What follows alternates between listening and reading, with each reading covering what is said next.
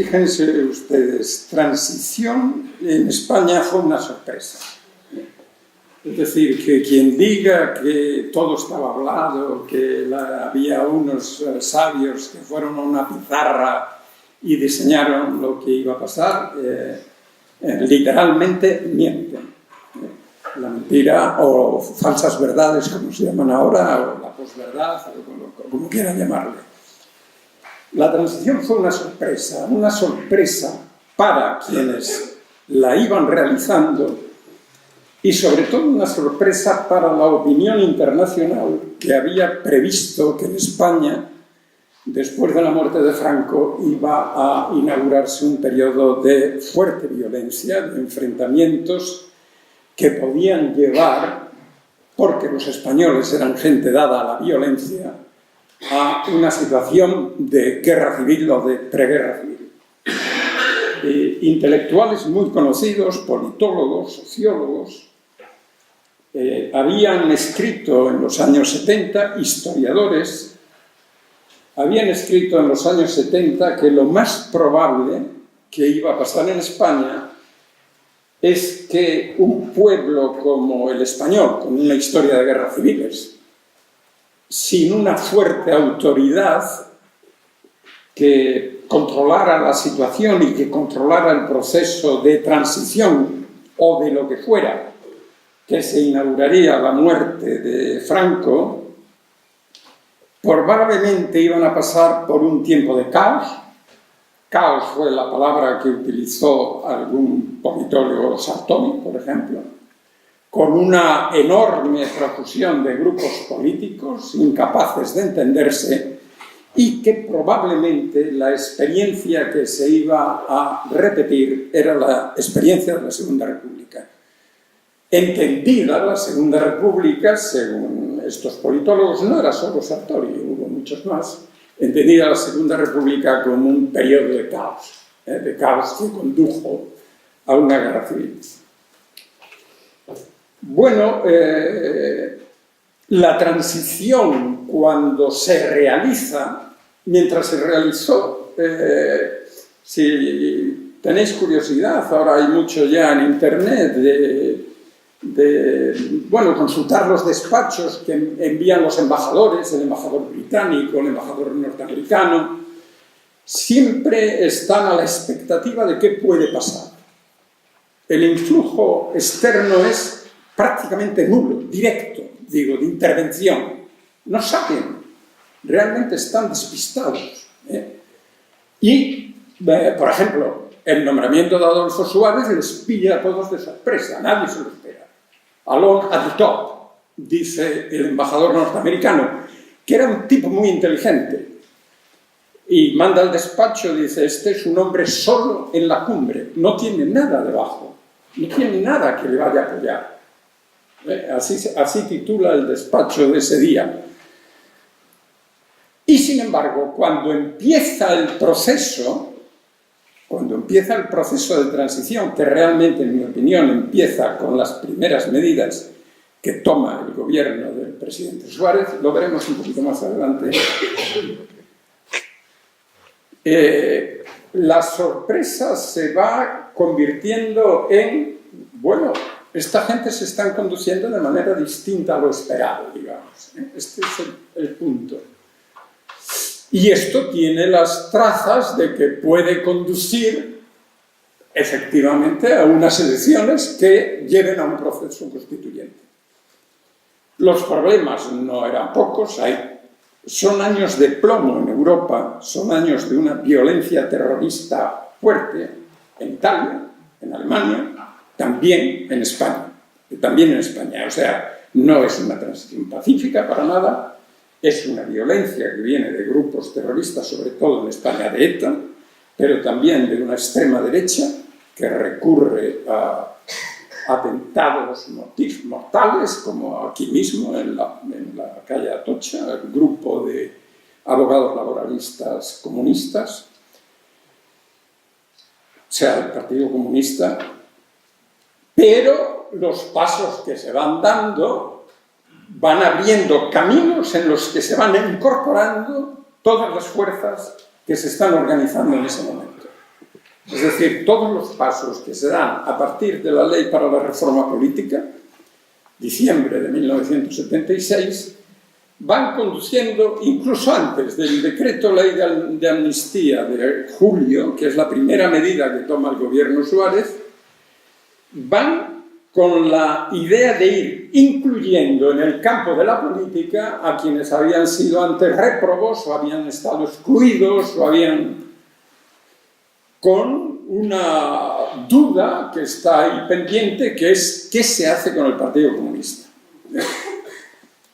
El qué se hace con el Partido Comunista es fundamental porque era lo que después, entonces no se llamaba así, pero en fin, después se ha empezado a hablar de líneas rojas, ¿no?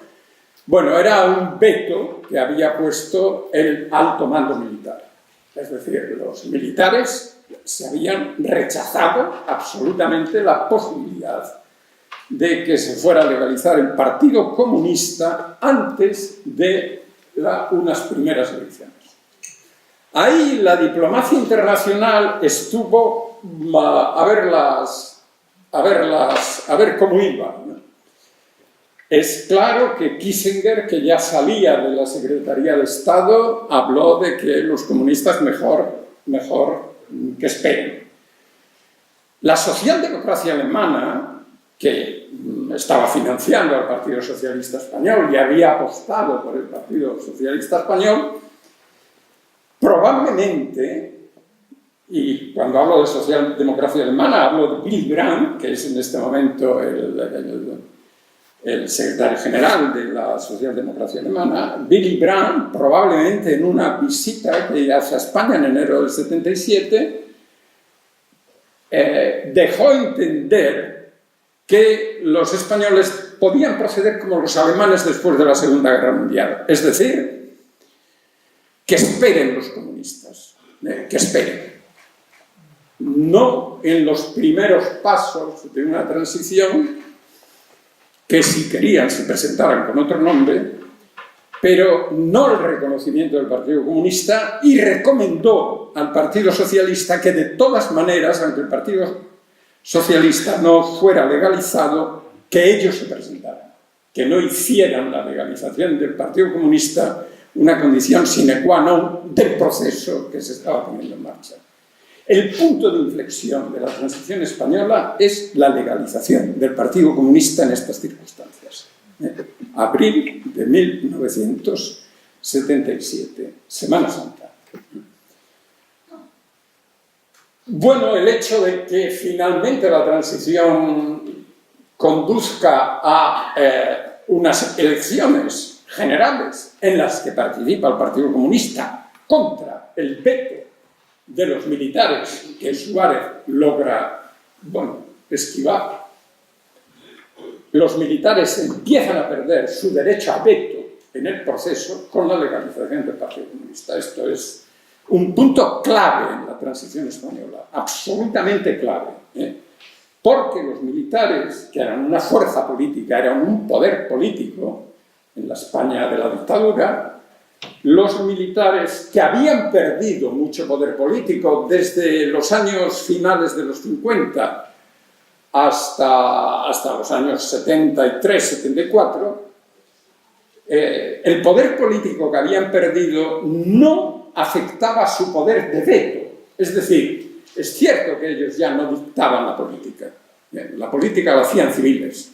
La hacen civiles, digamos, desde mitad de los años 50, por un partido de izquierda, el PSOE y UCD, son los partidos que ocupan la mayoría del espacio político, flanqueados por el Partido Comunista a la izquierda y por Alianza Popular a la derecha, con la presencia de partidos nacionalistas vascos y catalanes. Este es el cuadro del resultado de las elecciones de 1977. Entonces, ese resultado invita a la toma de dos decisiones que son también, evidentemente, un punto de no retorno, ¿no? Una, todo lo que venía del lado de los partidos del régimen, es decir, una reforma de las leyes fundamentales del régimen, que era la política que llevaba, en principio, UCD, aunque no toda UCD, pero en fin, y que venía de ministros anteriores como Manuel Fraga y de gente mucho más vinculada a todo el aparato de poder franquista, habían propuesto para el futuro después de Franco la vía llamada reformista, es decir, ir reformando paulatinamente las leyes fundamentales del régimen, sobre todo las leyes que afectaban a derechos fundamentales como son los de reunión, expresión, posibilidad de organizar partidos y sindicatos, etc. Eso habría de irse reformando paulatinamente por medio de unas cortes que fueron convocadas para la reforma. Para la reforma. Ese es el punto en el que podría estar una gran parte de quienes formaron el partido de Unión de Centro Democrático, el partido del presidente, del presidente del gobierno. Frente a eso estaba la oposición que no consideraba al régimen de Franco como reformable, sino que desde mucho tiempo atrás había demandado, había propuesto el inicio de un proceso constituyente, es decir, una Cámara dotada de poder constituyente, lo cual significa que no está mediatizada por la legalidad anterior. Bueno, esto es lo que resuelve, ese problema estaba ahí, no se resolvió antes de la primera reunión de las Cortes elegidas en junio de 1977, pero es el primer asunto que resuelven esas Cortes. Unas Cortes, Congreso y Senado, no elegidas para iniciar un proceso constituyente, sino para reformar las leyes fundamentales del franquismo, que pasaban por ser una constitución, deciden que sí son constituyentes. Esta decisión no se toma de una manera solemne. Es decir, no hay un momento en que las Cortes dicen somos unas Cortes constituyentes. Eso no existe en la transición española. Simplemente deciden que van a elaborar una constitución. Y lo deciden inmediatamente. Y esa constitución está claro que no va a ser de parte, porque no hay una mayoría absoluta que pueda imponer una constitución. De manera que la historia constituyente española, que es muy rica, muy variada, con constituciones moderadas, conservadoras, constituciones progresistas, que siempre, en todas las circunstancias de la historia constitucional española, desde 1812 a 1931, en la serie de constituciones que van punteando esta historia, siempre había sido la constitución de una mayoría frente a una minoría. La constitución que va a salir de estas Cortes que no han sido elegidas como constituyentes va a ser la constitución de todos. Todos los partidos, excepto el Partido Nacionalista Vasco, que tiene reservas, pero no vota en contra, pero tiene una reserva que guardan en el bolsillo, que se supone que les va a dar después un poder singular para negociar el tipo de relación que va a tener Euskadi con el conjunto del Estado. Todos entran en el debate constituyente, desde luego también el Partido Nacionalista Vasco, por la reserva final, no va a es decir, el referéndum de la Constitución que salga en el País Vasco va a tener el peor resultado en relación con todo lo demás. Pero por lo demás, todos los grupos, izquierda, comunista, socialista, centro, UCD, derecha, Alianza Popular, nacionalistas catalanes, etc., todos van a participar, Partido Nacionalista Vasco, van a participar en el debate constituyente y van a aportar al debate constituyente su propia posición, que llegan a un acuerdo en el texto constitucional. A partir de ese momento, España caos, España guerra civilismo, España, que era lo que venía diciendo, digamos, la literatura académica, los Richard Hare, los Giovanni Sartori, los Chastity, etc., se convierte en que ¿qué ha pasado aquí? No es inmediato, eso no es inmediato,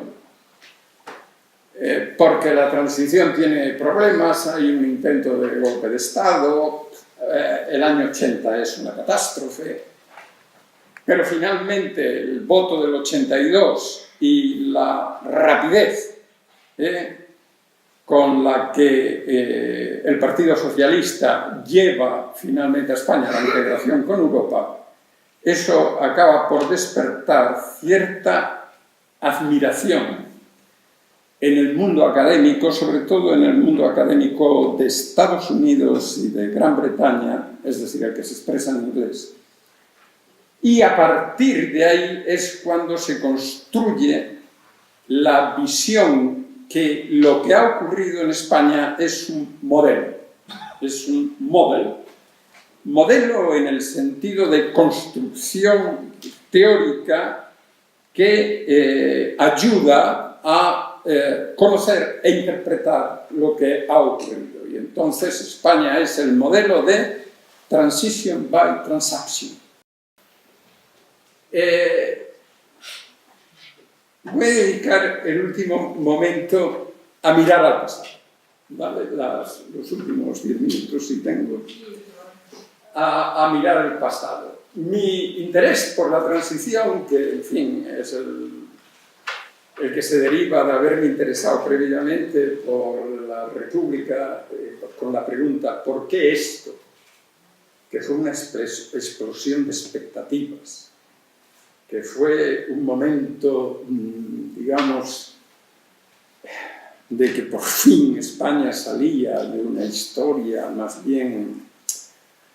No es que todo en la historia del siglo XIX y el siglo XX fuera una historia para tirar a la basura, por supuesto, pero sí que había la construcción del Estado español ha pasado por momentos de guerras civiles, eso no lo podemos negar, y por momentos de destrucción, o por lo que llamaba don Ramón Carande, por demasiados retrocesos, que es como he titulado ahora una recopilación de artículos sobre todos estos temas. ¿Cómo fue que eso viniera a sucumbir y a ser destruido, liquidado, exterminado a los 5 años? Bueno, lógicamente las preocupaciones van cambiando con el tiempo y hay un momento en que te preguntas ¿y cómo fue que esto, si la República no la podemos entender como un logro, cómo fue que la transición, que no despertó tanto entusiasmo, que mientras ocurría, pues hubo ahí mucho obstáculo que superar, mucho enemigo que retirar del camino? ¿Cómo fue que llegó a ser un logro? ¿De dónde viene?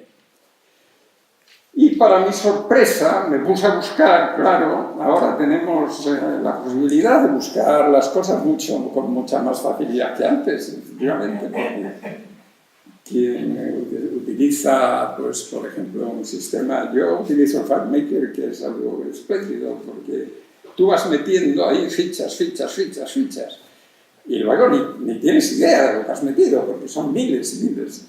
Y de pronto digo, a ver, ¿cuándo aparece transición? En fichas que yo he metido ya en el FactMaker. Y la primera vez que me aparece es con Azaña, en la Guerra Civil, año 37, un régimen de transición. Y entonces me puse a darle vueltas a esa historia de la transición antes de la transición. Es decir, de cómo se elabora un pensamiento político y unas propuestas políticas que se centran en el concepto de transición. Y bueno, me estaría aquí pues todo el día, ¿no? Porque es un recorrido largo, pero es un recorrido sorprendente. Yo fui el primer sorprendido de esto.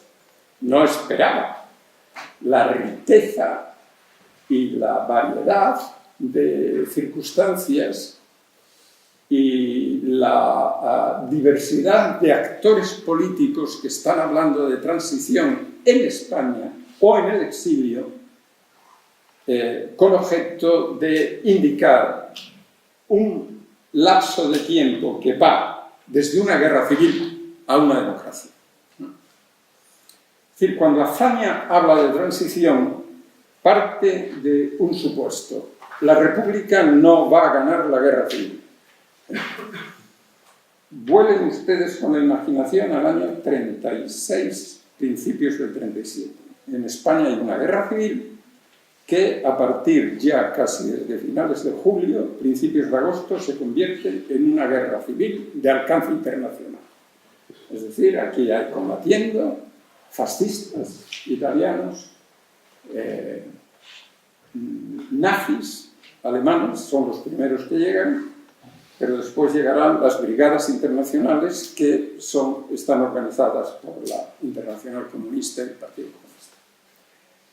En esas circunstancias, que la República ganara esa guerra requería un compromiso franco-británico serio de retirar, de que obligaran a los nazis y a los fascistas a retirarse, y con la retirada de nazis y fascistas, la retirada también de las brigadas internacionales.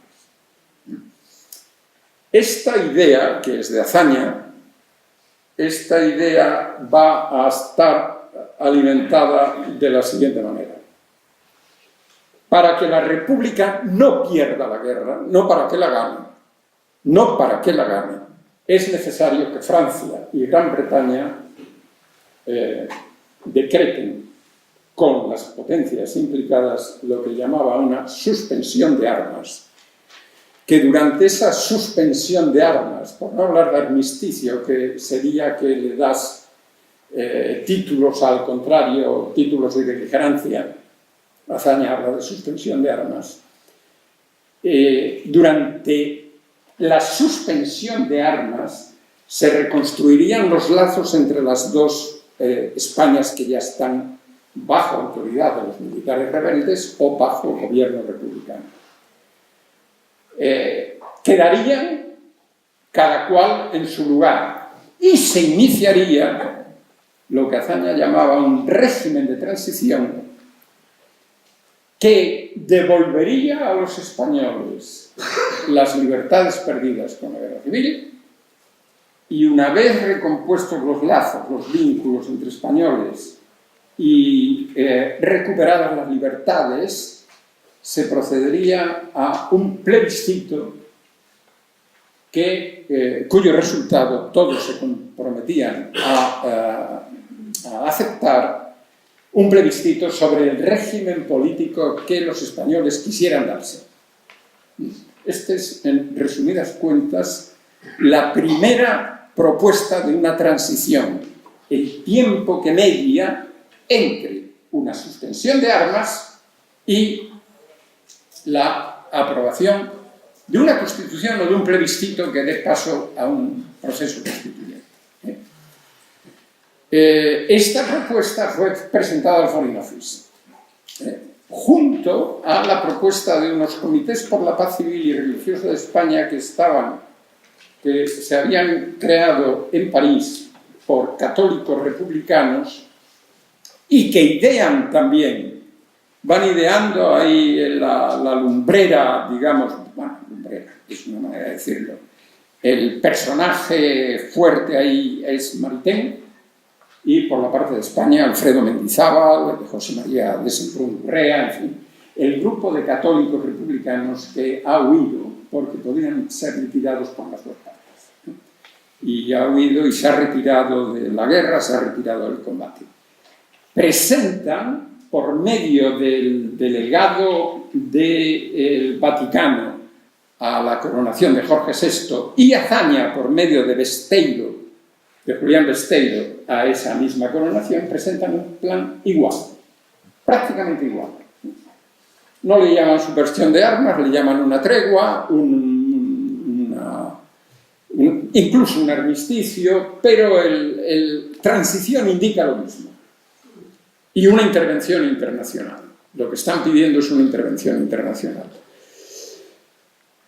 Anthony Eden, que era el secretario de Estado entonces en el Foreign Office, recibe tanto al enviado del Vaticano, que era Monseñor Pisardo, que será luego cardenal secretario de la Congregación de Asuntos Eclesiásticos Extraordinarios, es decir, el Ministerio del Exterior del Vaticano, que le presenta este plan y recibe a Besteiro e inicia una consulta.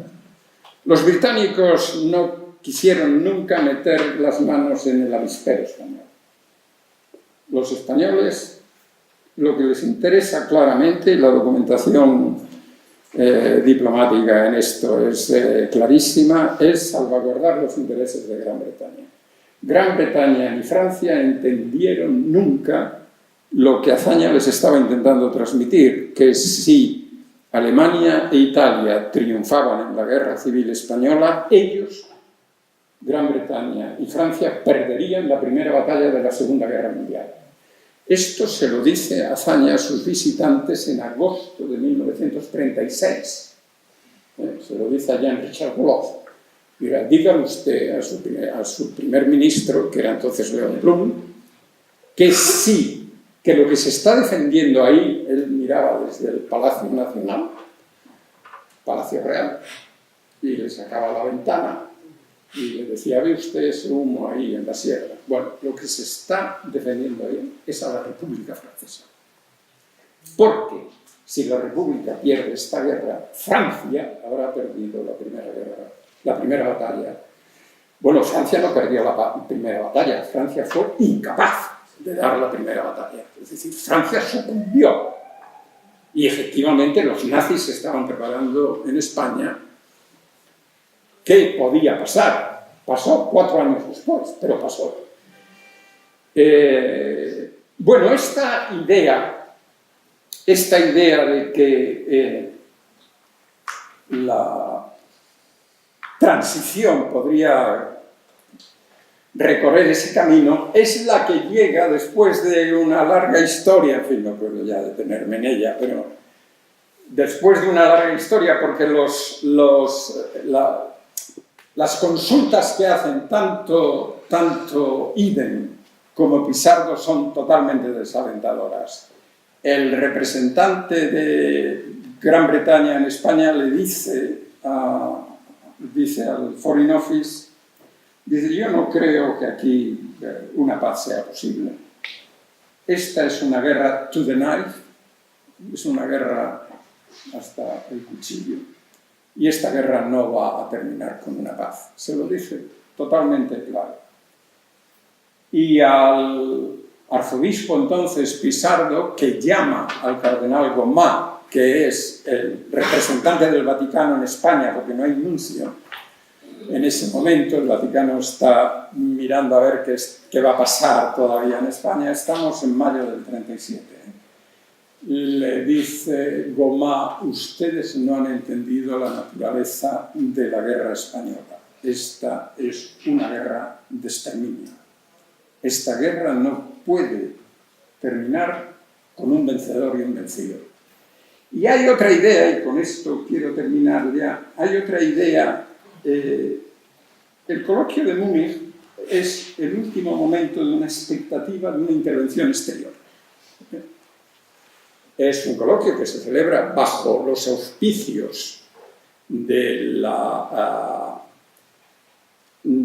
movimiento europeo. Es el Consejo Federal Español del Movimiento Europeo quien lo organiza y es el Movimiento Europeo quien lo protege. Y que van a llegar, bueno, es la primera vez que gente del exilio con gente del exterior, es decir, gente que viene de los derrotados y gente que viene de los vencidos, se encuentran públicamente y llegan a unos acuerdos. No son exactamente estos, pero en fin, es la misma idea de que España, la transición, el cierre de la guerra, etc. Mientras eso ha ocurrido en España, ha llegado una nueva generación a política, es la generación de lo que se llamó posteriormente Hijo de Vencedores.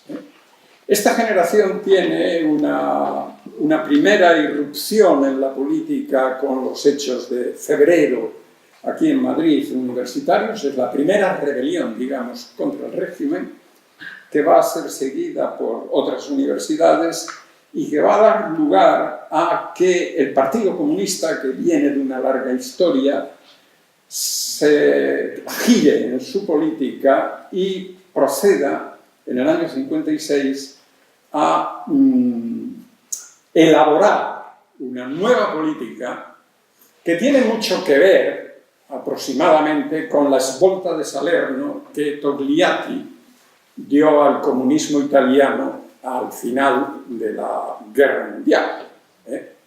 Esa svolta de Salerno que hace que el Partido Comunista Italiano desmilitarice sus milicias y entre en el proceso de darle a Italia una constitución democrática. Bueno, no es lo mismo, pero en fin, no es lo mismo porque allí se salía de una guerra de otro tipo, esto es salir de una guerra civil, pero se parece mucho. ¿En qué consiste? Ellos lo van a decir quienes inventan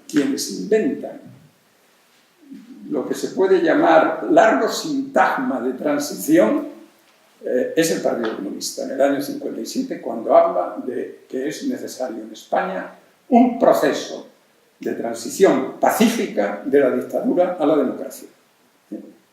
Cada palabra vale mucho aquí. Proceso. No va a haber, después de Franco, no va a haber ¡pum!, que nosotros nos tomamos el poder. Eso está fuera de consideración.